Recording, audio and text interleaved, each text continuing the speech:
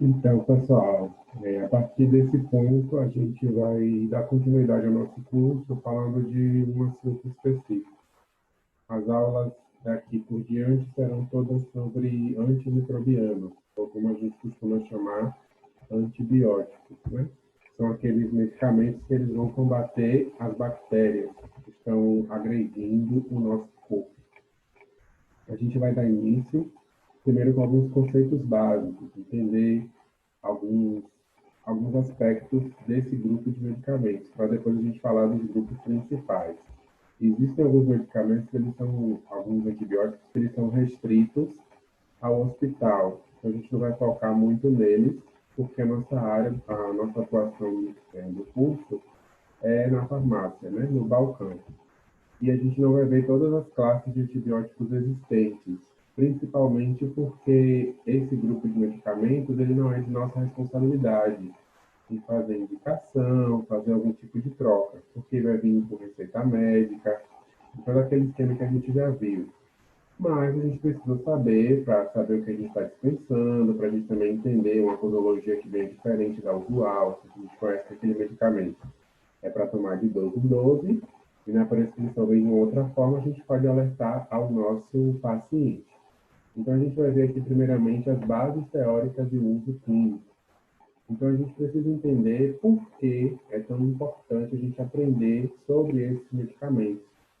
Porque eles são um grupo de medicamentos que não afetam a saúde apenas do indivíduo, caso ele use de maneira errada, ou faça algum tipo de uso que não deveria, né?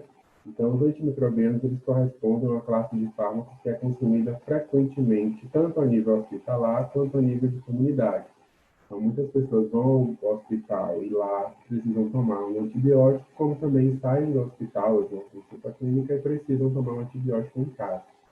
Entretanto, eles são os únicos agentes farmacológicos que não afetam somente ao paciente que usa, mas também interferem de forma significativa no ambiente hospitalar por alteração da ecologia microbiana.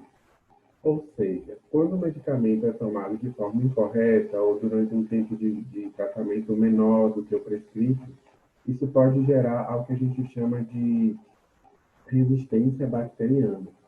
Existem bactérias hoje em dia que elas não são mais combatidas com nenhum dos antibióticos que a gente tem disponíveis, né? É o que a gente chama de superbactérias. E quando isso acontece, um indivíduo que está infectado, que fez esse uso menor, por exemplo, eram 7 dias, mas no quinto dia ele já estava se sentindo muito bem, estava ótimo, ele não tomou os outros dias, né? Os outros 2 dias. Isso pode gerar em algumas bactérias nele que ainda não tinham morrido, mas mesmo assim já estavam se sentindo bem. Isso pode gerar uma resistência naquelas bactérias e no contato do dia a dia com as pessoas, com os filhos, esposa, marido, no dia a dia, ele vai passar essa bactéria para outra pessoa e essa pessoa vai ficar infectada e já vai ser por uma bactéria que não vai ter um antibiótico para combater. Por quê? Porque ela já se tornou uma superbactéria. E isso pode afetar não só o âmbito familiar, mas também como a comunidade, porque isso pode começar a se espalhar, se espalhar, espalhar, e toda uma região está desenvolvendo um quadro de bactérias resistentes, certo? O conhecimento dos principais, dos princípios gerais que norteiam o uso de antimicrobianos, assim como das propriedades e características básicas destes, são essenciais para uma escolha terapêutica adequada, né? E quais são os principais problemas relacionados à qualidade do uso clínico desses medicamentos? Existem muitos problemas, alguns deles são: diversos estudos têm demonstrado que aproximadamente 50% das prescrições médicas de antibióticos elas são feitas de forma inadequada. Então, metade dos pacientes que hoje em dia estão em uso de antibióticos não necessariamente precisam daquele antibiótico.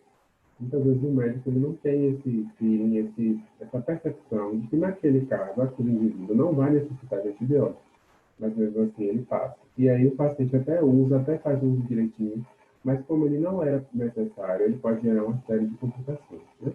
O uso excessivo destes fármacos não apenas está associado à emergência e seleção de cepas bacterianas existentes, mas também a eventos adversos, elevação dos custos e mortalidade. Ou seja, né, esses medicamentos eles podem não só gerar uma bactéria resistente a diversos, porque o paciente não precisava daquele remédio e toma. E as bactérias boas dele são degradadas, são mortas, Isso pode gerar até uma infecção mais grave para ele depois, né? E também pode ter a relação de custo-benefício. Tem muito antibiótico que é muito caro, principalmente os mais novos, né? Eles são muito caros, então o paciente vai ter que arcar com um tratamento muito caro, que muitas vezes até não é nem necessário, né? Então, o uso racional de antibióticos é uma das metas definidas pela Organização Mundial da Saúde, a OMS, para o século XXI. Então, a gente precisa viver esse uso racional, dosar direitinho, o que, é que a gente vai fazer, quanto tempo vai tomar, qual é o melhor antibiótico a ser usado para que a gente não tenha nenhum problema, para que a gente não tenha uso desnecessário, para que a gente não tenha uma forma de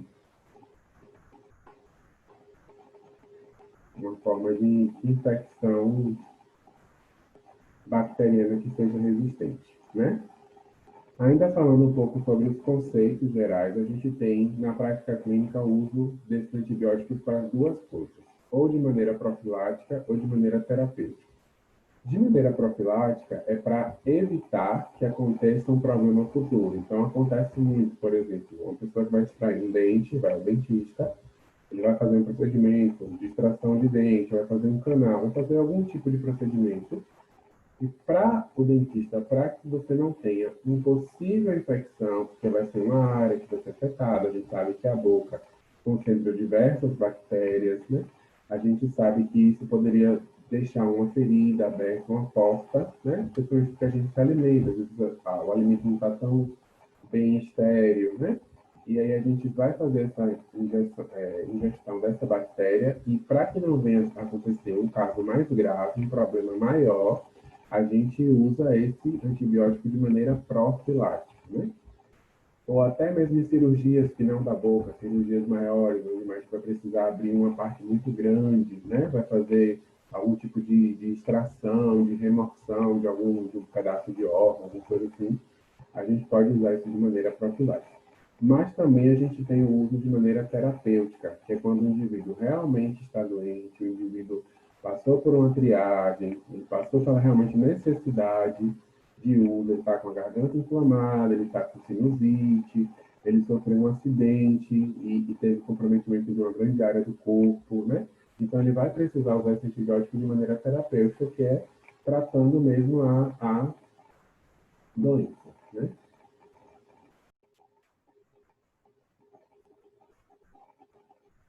A gente tem também que, que são que influenciam na escolha desses antibióticos. Então, a gente tem as características do paciente, então, a depender da idade, da função dele, se renal e hepática estão comprometidas ou não. Então, se já for um idoso ou se for uma criança, a gente precisa ver qual é o medicamento que vai passar, qual é a dose, né, do estado imunológico daquele paciente, para que aquele antibiótico não gere um problema maior para ele.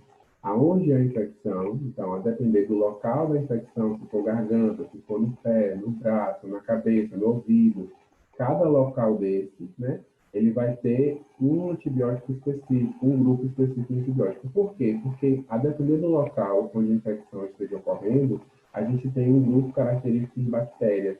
E a gente vai ver que cada bactéria ela vai ser diferente nas suas características e eu vou ter um antibiótico específico para cada tipo de bactéria, né? Então, eu tenho que ver também a questão de gravidez e de sensibilidade, porque os antibióticos, eles são um grupo de medicamentos que eles causam muita alergia. É muito fácil você ter uma alergia quando o indivíduo usa um antibiótico, né? É preciso entender também o agente etiológico. O que é o agente etiológico? É exatamente a bactéria. Então, qual é a bactéria que está causando aquela infecção para que eu possa saber qual é o antibiótico que eu vou usar.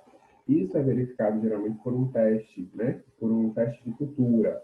O médico geralmente deveria pedir uma cultura, então eu vou coletar uma amostra daquele local que está acontecendo a infecção, eu vou criar essas bactérias em laboratório e aí eu vou ver qual é o tipo de bactéria que tem ali para poder passar o antibiótico. Mas, na prática, na vida real, não acontece assim. O médico já tem uma base de onde é a infecção, então ele tem mais ou menos uma ideia de que bactéria tem ali. E ele vai passar aquele medicamento.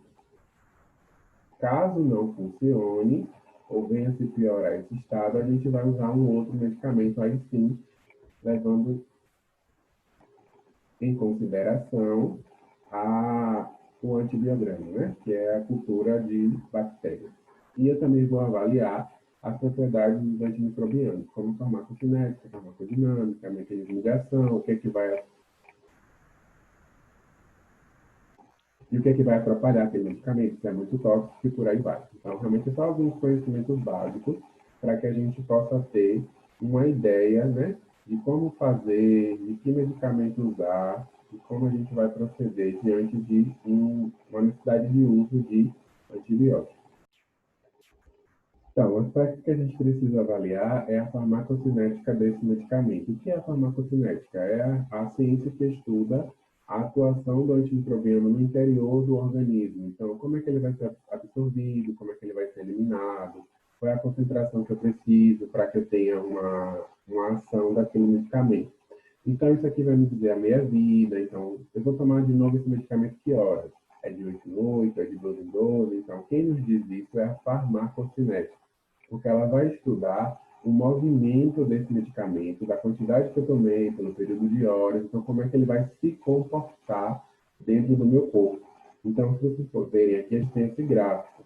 Esse gráfico, ele mostra o que acontece com a droga depois que ela é tomada. Então, eu tomei meu antibiótico agora, eu vou ter um aumento da concentração desse antibiótico na minha corrente sanguínea, até eu atingir o meu Cmax. O que é o Cmax? É a concentração máxima, é o pico sérico de droga que pode ter no meu sangue. E aí, depois disso, eu vou descendo até o CI, que é a concentração mínima inibitória. Quando a gente fala de antibiótico, a gente tem que manter sempre essa dose acima do CI, né, do SIM. Por quê? Porque se essa dose ficar abaixo do SIM por muito tempo, significa que eu não tenho quantidade suficiente de droga para fazer a inibição. O que é inibição? Para matar a bactéria. Então, eu tenho que dar sempre uma nova dose antes que essa dose caia muito abaixo do SIM. Porque se essa dose cair abaixo do SIM e ficar por muito tempo, por exemplo, eu não vou ter mais a concentração que eu preciso daquele antibiótico. E isso não vai servir de nada. Então, eu tenho que manter sempre o meu medicamento entre a concentração máxima e a concentração mínima inibitória. Principalmente quando eu falo de antibiótico. Antibiótico, a gente sabe que é para matar uma bactéria. E se é para matar uma bactéria, eu preciso ter esse cuidado de manter sempre nessa concentração. Senão, eu não tenho efeito, né? Então, eu preciso entender por que eu preciso alcançar esse sim, para que eu tenha esse índice de ligação proteica. Eu preciso que tenha medicamento suficiente na corrente sanguínea para atingir essa, essa concentração inibitória, para que eu tenha erro, para que eu tenha morte da bactéria. Gente, se o vídeo ficar travando ou pausando, é porque o computador ele está realmente muito lento, ele está muito lento. Então, quando eu vou fazer a transição de página ou quando eu vou fazer qualquer outra atividade, ele está travando. Então, eu estou acompanhando ali na telinha que eu me vejo, para quando tiver esse momento de travamento eu parar e continuar depois, senão a fala vai ficar comprometida, certo?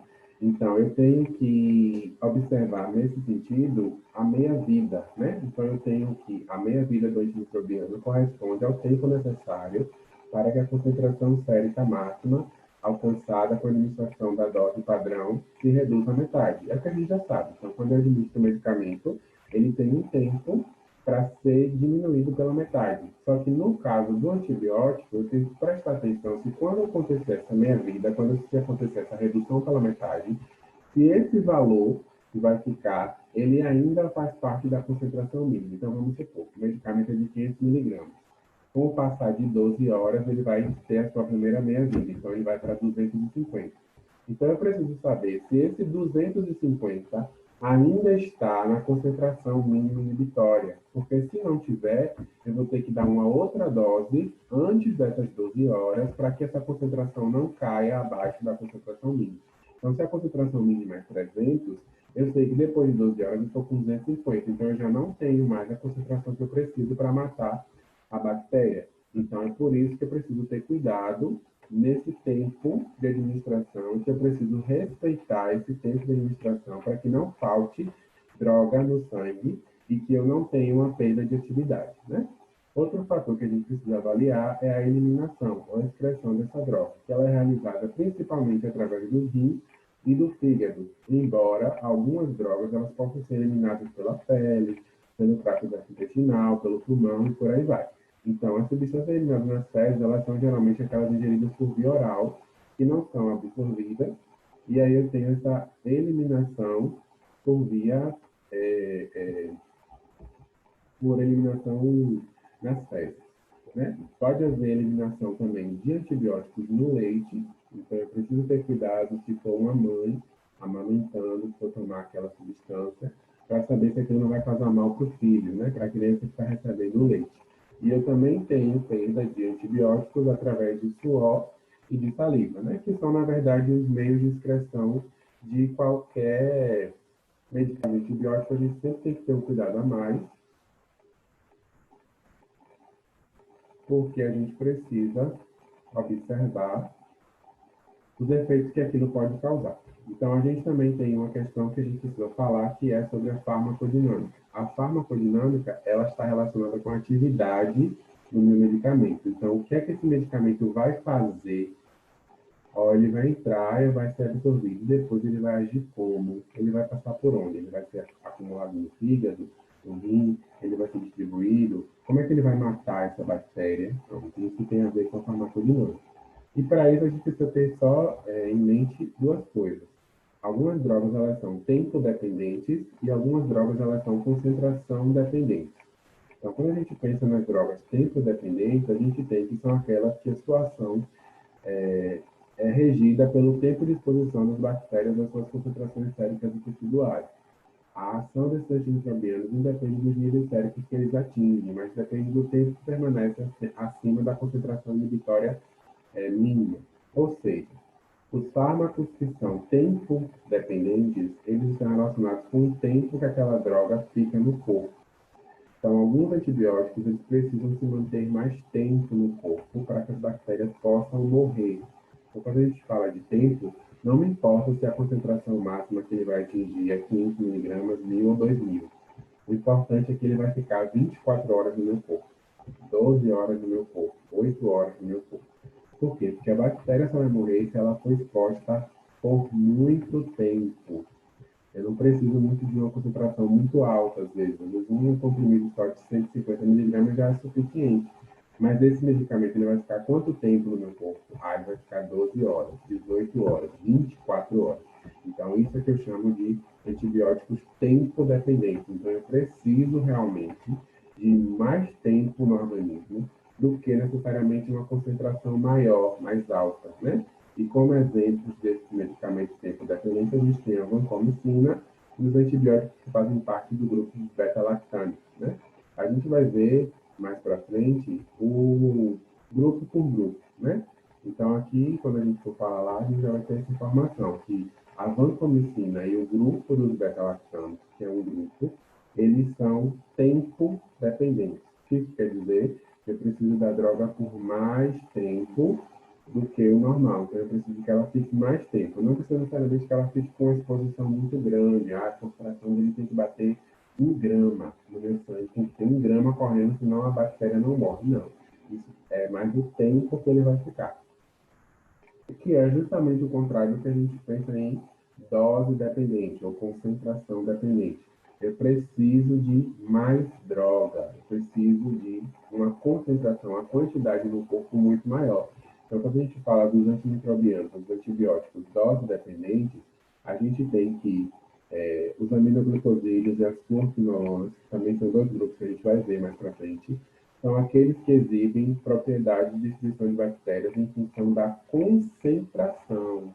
Então, quanto maior a concentração da droga, mais rápida e mais fácil é a morte desse patógeno, a erradicação desse patógeno. Então, eu tenho que, quando a droga, ela precisa ser maior, eu preciso ter um pico de concentração. Então, se eu atingir uma dose de 500 miligramas, 700 miligramas, não importa se isso só vai ficar no meu corpo por 2 minutos, por 10 minutos, por 1 hora. Mas eu tenho essa concentração alta. Então, o antibiótico, ele vai matar a bactéria porque eu tenho uma concentração maior. Então, eu tenho realmente um aumento dessa concentração, mesmo que seja por um espaço curto de tempo, mas eu tenho uma concentração maior. Então, geralmente, esses medicamentos que têm uma concentração maior, eles são tomados em um período mais longo, né? Porque eu não preciso ter tanto tempo assim. O problema não é o tempo, mas é a concentração. As doses são maiores. E os tempos dependentes, eles vão ser tomados de 8 em 8, de 6 em 6. Por quê? Porque eu preciso garantir que tem medicamento realmente por muito tempo no meu organismo, né?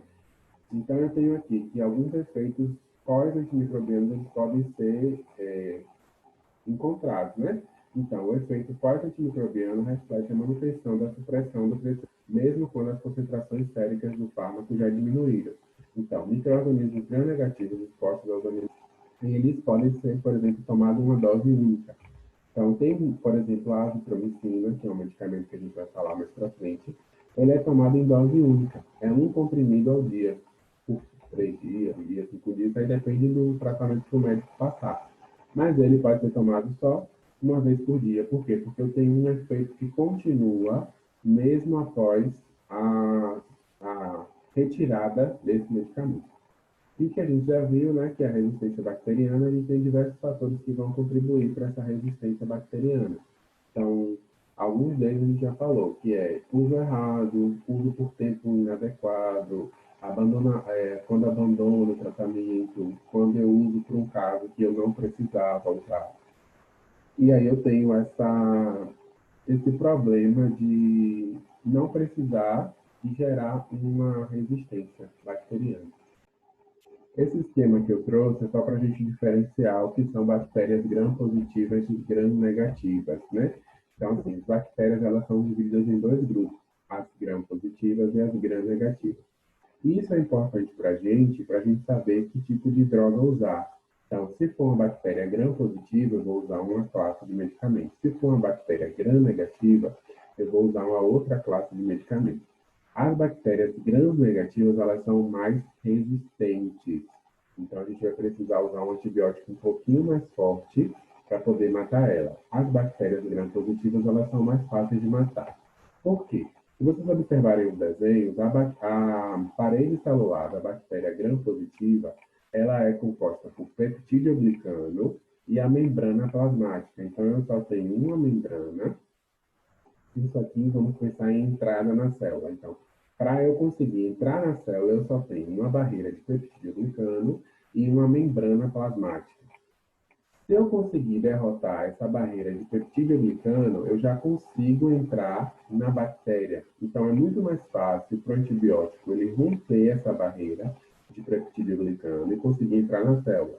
Quando a gente pensa na parede celular da bactéria gram-negativa, a gente vê que ela tem uma membrana externa, ela tem a parede de peptidoglicano, que é um pouquinho menor, mas existe, e eu tenho uma segunda membrana, que é a membrana celular.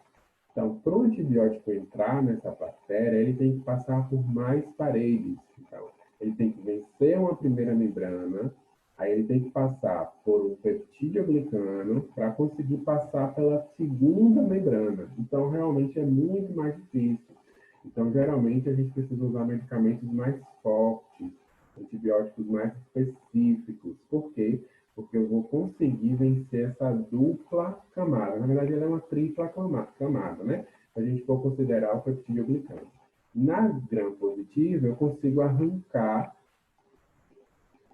esse peptidoglicano mais facilmente. Então, eu consigo eliminar ele, eu já entro na membrana celular e já entro na célula. Na gram-negativa, não. Eu tenho que vencer uma parede extracelular, eu tenho que vencer, extracelular não, externa, eu tenho que vencer o peptidoglicano para poder vencer a membrana celular e entrar na célula, certo? É só um esquema mesmo para a gente entender, porque nos nossos estudos a gente pode ouvir isso. Ah, mata bactérias gram-positivas. Tá, um antibiótico mata bactérias gram-negativas. É para a gente entender. Bactérias gram, a parede, ou se eles não têm. Então, isso vai ser mais fácil ou mais difícil combater.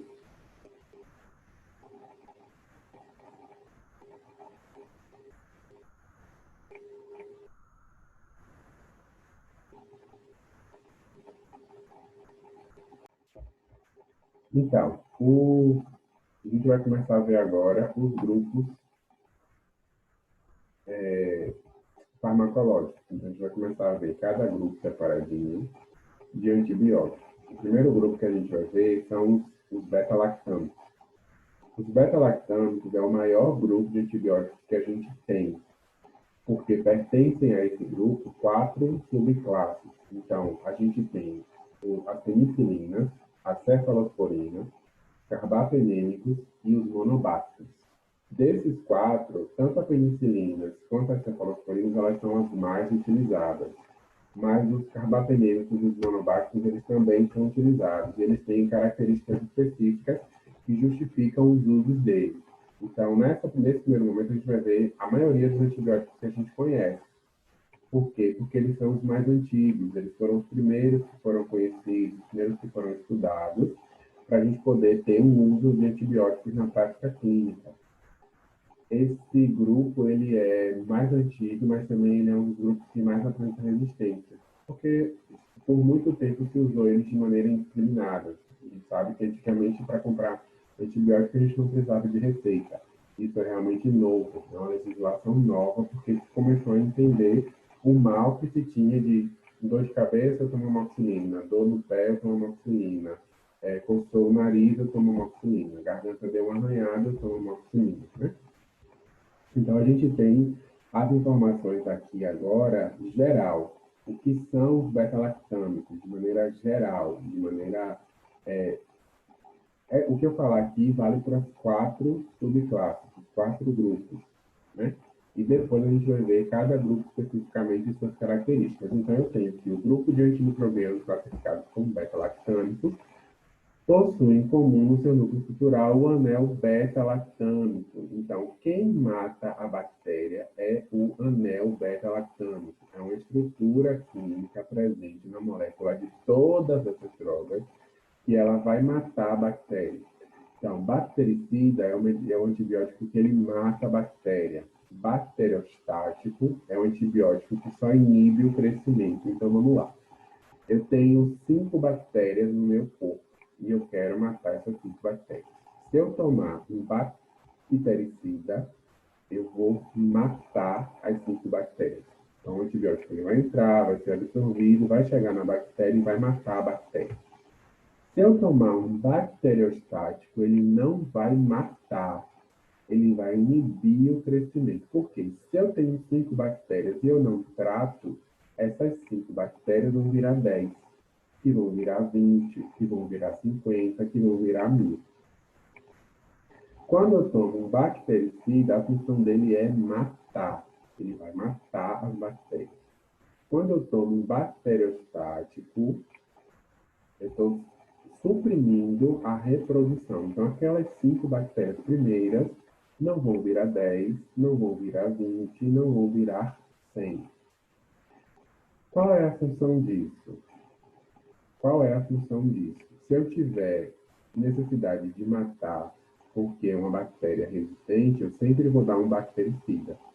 Mas se for uma bactéria que é mais comum, que é mais tranquila, eu posso dar um bacteriostático para ele dar uma inibida e o meu próprio corpo ir lá e conseguir matar. A gente tem que ter na cabeça que não vão morrer 100% das bactérias, mesmo dando um bactericida. Então, no final dos 7 dias que eu tomei a minha amoxicilina, eu ainda vou ter 1% ou 0,5% de bactérias. Só que essas bactérias que sobrarem, o meu corpo consegue dar conta. Elas não vão causar uma infecção, o indivíduo não vai voltar a ficar doente. Por quê? Porque eu já matei 99% das bactérias que estavam fazendo mal, estavam me prejudicando. Certo? Então, como todos, por quê? Porque eles têm um anel beta-lactâmico. Então, são drogas diferentes, com efeitos diferentes, com funções diferentes, com usos diferentes, mas pertencem ao mesmo grupo graças a esse anel beta-lactâmico. Então, como eu falei, são os 4 grupos que eu já falei. Penicilinas, as cefalosporinas, os carbapenêmicos e os monobácteros. Esses medicamentos, por serem da mesma família, do mesmo grupo, eles vão ter características muito parecidas. eles vão atuar do mesmo jeito, eles vão ter a mesma resistência bacteriana. Essa resistência bacteriana acontece muito fácil, né? As bactérias, elas conseguem desenvolver estruturas que elas vão quebrar esse anel beta-lactâmico. E se o anel beta-lactâmico for quebrado, eu não tenho mais a função do antibiótico. O antibiótico ele não vai fazer mais função nenhuma, por quê? Porque se quem mata a bactéria é o anel beta-lactâmico, então eu não tenho mais ação.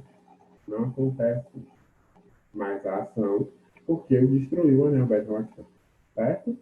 E qual é o mecanismo de ação geral? Então, isso serve para todos os medicamentos que eu falar daqui para frente. Né? O mecanismo de ação desses medicamentos resulta da sua habilidade de interferir com a síntese de peptidoglicano. Qual a informação que a gente já viu atrás? Peptidoglicano é o quê? É um dos componentes da barreira. Então, se isso daqui interfere na produção do peptidoglicano, eu não produzo peptidoglicano, eu não consigo formar aquela estrutura da barreira e eu consigo matar a bactéria. Então, se a gente está falando de peptidoglicano, esses medicamentos vão ser mais atuantes em quem? Bactérias gram-positivas ou gram-negativas?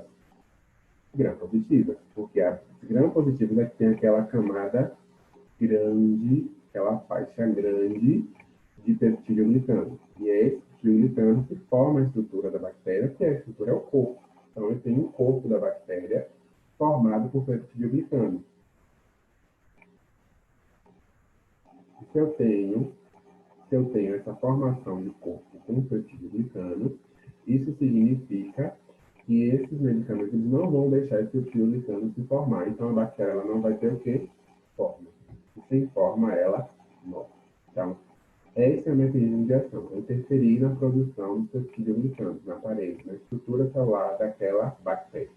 Para que isso ocorra, eu tenho que o medicamento tem que penetrar a bactéria, né, através das porinas. O que são as porinas? As porinas são canais, são aberturas, né?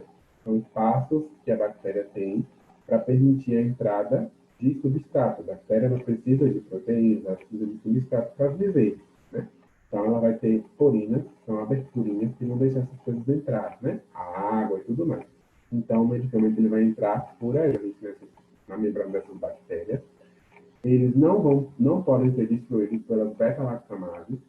As beta-lactamases são as enzimas produzidas pela bactéria para destruir o anel beta-lactâmico. Lembra que eu falei que a resistência era adquirida quando eu destruía esse anel beta-lactâmico?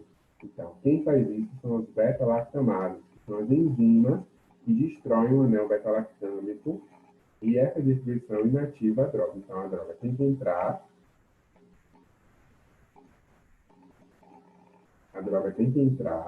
ela não pode ser destruída por essa beta-lactamase e ela tem que se ligar ela tem que se ligar para inibir as proteínas ligadoras de penicilina, que são também uma outra forma possível de resistência, que são, para lá, computador, me ajude, que são uma outra forma de resistência bacteriana. Então, ela tem que sofrer realmente um processo para conseguir fazer efeito. Computadorzinho não trave. Onde é que eu vejo? Já está ali. Vamos lá. Passando. Acho que vou. Sim, vamos lá. Então, existe hoje em dia já medicamentos que foram pensados nesses beta-lactamases, nesse processo de resistência bacteriana e que vão ser mais fáceis de atuar, né? E a gente vai ver também quais são eles. Mas pode parecer complicado e muito difícil, mas esses medicamentos são amplamente utilizados e eles têm eficácia também. Então, a ciência ainda consegue superar as bactérias e lançar medicamentos que são eficientes até hoje, né? E quais são as possíveis formas de resistência? Como é que esse medicamento pode parar de atuar? A gente tem essas três formas possíveis. a produção de beta-lactamase, que eu já falei na explicação anterior, que produz essa enzima, a gente vai destruir esse anel beta-lactamo. A gente tem a modificação da estrutura da proteína, ligadora de penicilina. Então, se eu tenho modificação na estrutura, o meu medicamento ele não consegue se ligar, porque o meu medicamento ele se liga nessa proteína. Se essa proteína, o medicamento consegue se ligar. Mas se essa proteína traz dessa forma, muda o formato, o meu medicamento, quando chegar, ele não se liga. Então, eu não tenho como me ligar. Se ele está retinho, eu me ligo. Mas se ele mudou a composição, a forma, eu não consigo me ligar, o medicamento não vai fazer efeito. Isso é também diminuir a permeabilidade da parede bacteriana. Então, se a bactéria ela entendeu que está sendo atacada, a porina, lembra que eu falei lá atrás, que é o espacinho aberto para entrada de nutrientes, de água e tudo mais, ele vai se modificar, vai ficar um pouco menor, ou vai mudar a conformação, e a minha droga, quando tentar entrar, ela não vai entrar. A porina ela não vai estar mais receptiva para aquela droga, certo? A gente vai começar a ver agora classe por classe nas próximas aulas, certo?